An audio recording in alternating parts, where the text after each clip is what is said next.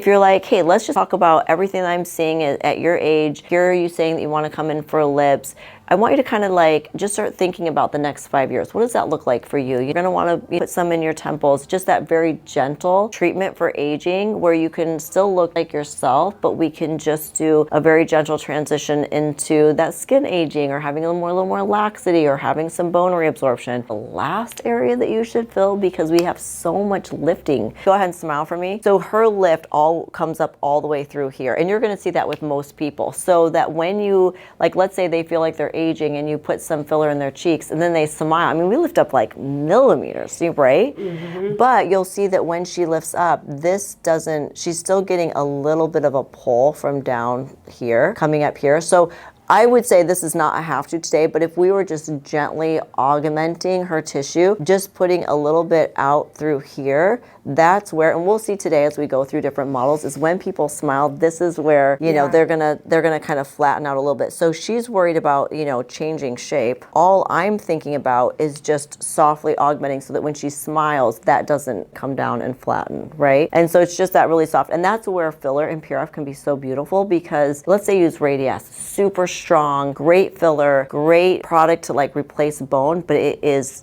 really dynamic, right? So you could potentially put this filler in someone and be like, oh gosh, that's too much. Where with just like some PRF and filler, you can just replace this really soft tissue. You can always add more, but because it's so soft, you can just massage it, you can mold it like over the bone. And same with the smile lines. There's two ways to do smile lines. You either do it right in the dermis, so you separate the filler and you just put that filler all the way in the dermis, or you go underneath like a cannula. But even when you go underneath with a cannula, you run the risk of having almost like a line of filler right here. For example, here, like there's not that much deficit. Like the only thing I can see you worrying about is just these little tiny fine lines, right? Mm-hmm. Working on just fine lines, you have to, you just put tiny, it, like a bolus. yes, and then kind of like massage it in. So it's all about like the most natural. And then of course here we have our own just like natural nasolabial fat pads. So you have to be super careful when you're going over this area, especially if you're doing cannula, because again, all filler is going to pull in water. The last thing you want to do is pull in water to their natural fat pads that people usually don't love anyways. And then, you know, then you think like, okay, so I'm pretty happy with her mid-face volume. I'm happy with her temples. You know, maybe a little bit here, her jawline's perfect. She doesn't need anything with her jawline. An injector where like they came in and maybe they wanted chin or maybe they wanted lips, and you say to them, because you've already kind of gone over like, hey, this is an area, if I have some extra, I'll put some there for you. You're not nickel and diming by saying like, oh, that's a separate area, so I have to charge you $500 for that area. It's just like, hey, just so you know, like I'm always going to be looking at full face for you. I'm never going to throw away any filler. So whether we're working on some smile lines or working on chin, if I got some left over, I might just dot a little bit in there. I just feel like a lot of times this whole area gets ignored, and you can tell that we've done some augmenting on her. Yeah, she has a little bit of laxity, but you know, it's not caving in. Do you know what I'm talking about? Like as we age, it's like this area starts to get void. The mentalis wants to start coming up because they're losing bone. Yeah, and then you know, we get our jowls that start to like come down here and then coming up and just doing of support. And then when you come to the mental crease, then just dotting through here. And what I'll do is I like to, even when I'm doing very superficial, just like one syringe of Versa and add 0.5 of not PRF, because we're not expanding it, but add 0.5 of lidocaine. You could add saline or sterile water just to break it up, because it will just lay a little bit softer.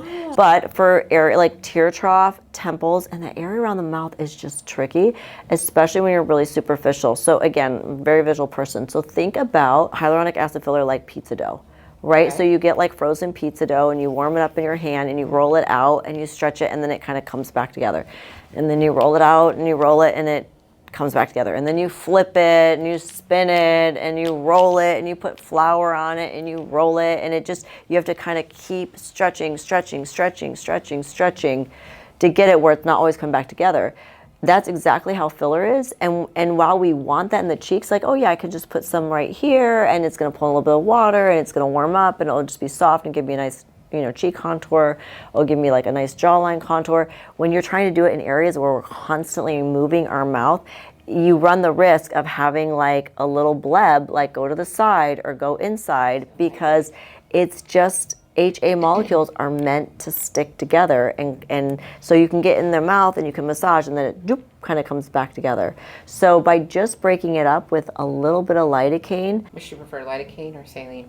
I like lidocaine because it just numbs everyone so much. It's the same consistency. You would think that it's going to break down, but remember HA molecules, whether you do a bolus, or you do one whole line, it's still just sugar water with HA molecules. Restylane, for example, 20 milligrams per ml, it's already suspended in water. It's not like 100% hyaluronic acid that's in a tube. They've already suspended it to what they want their consistency to be in thickness. So if I just spread it a little bit further, it doesn't mean the little balls of HA will be broken down any sooner. But that was a question that I had for myself when I started blending with PRF, because I knew I was separating those HA molecules, and I said to people, like, I'm not sure how long this is gonna last. But then we did it, and it just lasts and lasts and lasts. In fact, I have found that I've even pulled back with the amount that I use, because it seems like those proteins just like multiply.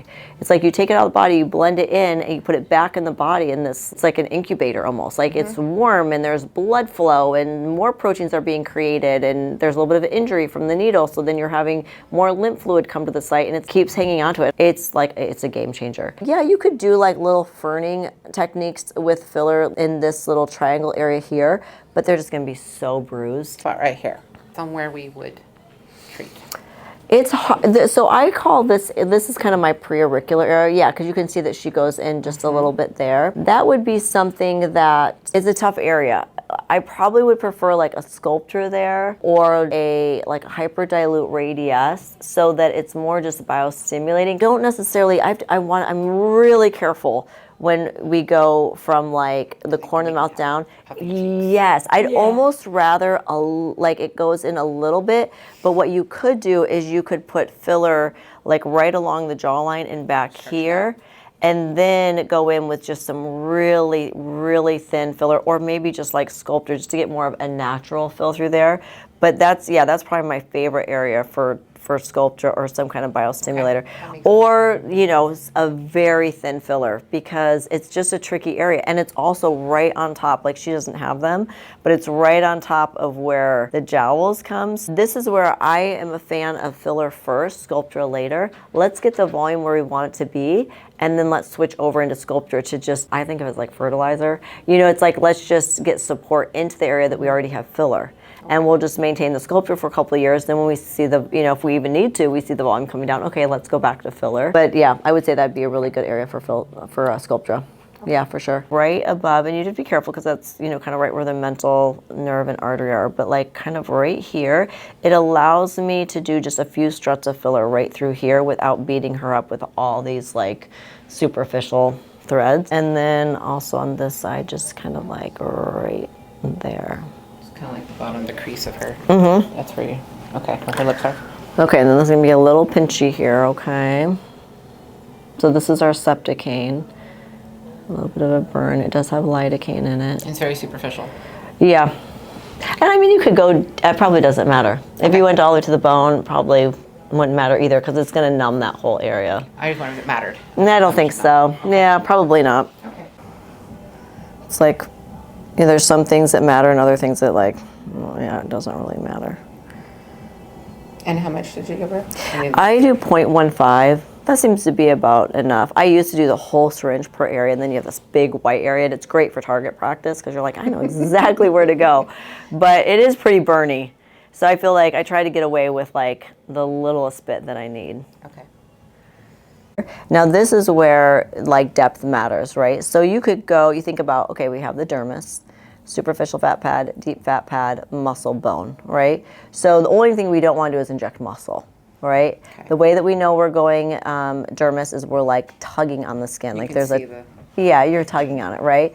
And then fat just glides really easily. It is hard with a needle though, because you can go through muscle and not really know. So it's a little bit harder, like, are you deep fat pad or your muscle? And to be honest, probably all of us have injected in the muscle and in the, I mean, we don't know, right? Mm-hmm. So you're just trying to be careful. But what I would say is, you know, sometimes I'll just like even bend, because when you're on the jawline, you do have a lot of curvature. And go ahead and open your mouth, Casey. I'm just gonna hold your lip. It is, as you're getting used to it, I do like to kind of hold the lip just to make sure that you're not just placing filler right on the inside of the lip. And then once you get comfortable, you'll be like, oh, okay, I can kind of see. But you see how, like, I'll just bend that needle because otherwise the needle wants to go down like this. So if you just have it up, and then you can see it tugging on the skin like that. And so in these areas, I don't even aspirate because I'm always retrograde. So I'm just doing, and it's actually pretty hard to push through the 25s. So it controls the amount that I'm giving. And so I'm just going up. And again, I'll just bend it even more if I feel like it's wanting to dive down, because that's quite a curvature of her jawline. And see how you can kind of see that pull of the skin. And I'm just doing a little drop in, and then I'm gonna come up to this side. Got that bevel up. And I'm just, again, you can see the tug. And then I'm coming back and I'm just doing a little strut through here.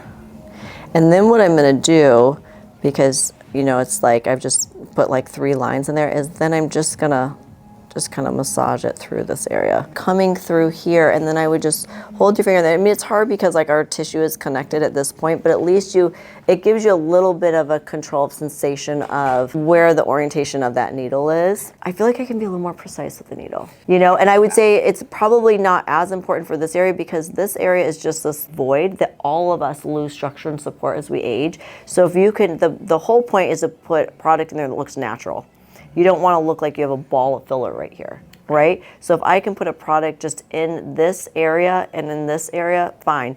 Where I get really particular is the smile lines, because again, sometimes when you go underneath, you just end up where you can see the filler versus just going just in 30 gauge, so super tiny, just as small as we have on the BD syringes. And we want just that little ball of filler. And what I do is I use their own tissue to find out where their laxity areas are. First place is gonna be here, and we'll just do it. And this can be a little bit sharp, so if it's really bothering somebody, I'll just, get ice or something. But you see how I'm barely in? Oh yeah. Right? Just barely.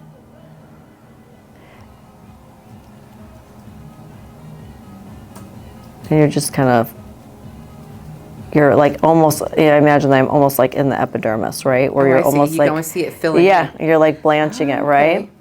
And then I'll go into the area that I've already been in. And I'm just trying to stay as superficial as possible.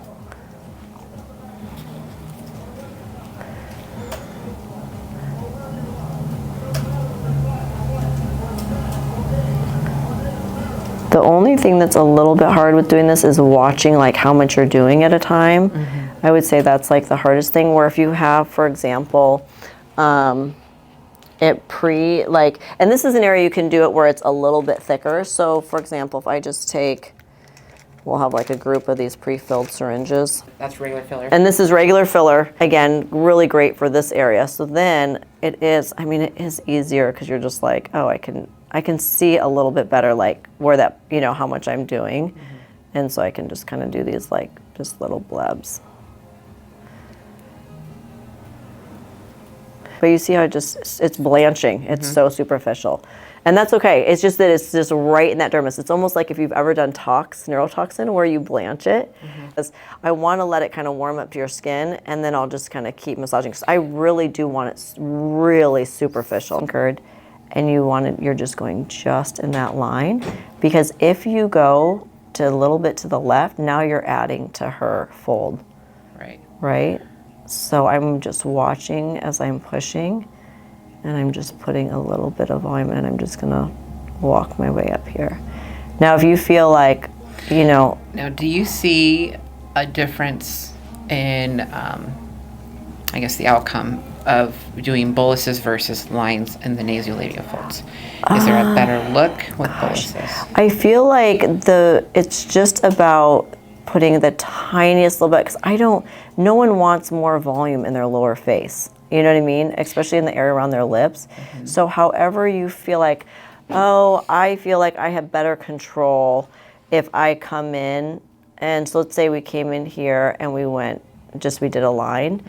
What I would recommend is you just have to be really careful. So I'm gonna put my finger in your mouth here, Casey. What I like to do is I like to support, because without this, I'm just trying to be superficial.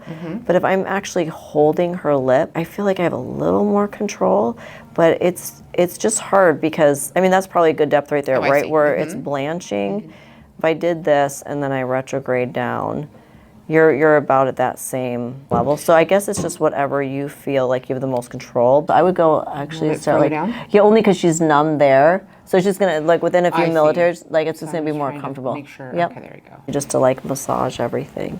Okay, so go ahead and smile for me. Yeah, already just a little bit better. The mental crease, because we go, if you ever feel like you've got filler like a little superficial and you can't quite get to it because of where the skin is attaching to the body, I love using just like a little Q-tip to really massage in that epidermis. That's a good idea. Yeah, and this area you will get the most, the more superficial you are, but it is very, very superficial for the best support through there. You can put a little bit more in there, you know, maybe a little bit right on the inside of where that line is, but like she doesn't need much, right? Because again, you're sitting right on top of her natural nasolabial fat pad there, so we really want to keep it in the dermis. We don't want it to be underneath her skin to draw in fluid for that, to accentuate that. So you can go just maybe a little bit deeper, yeah.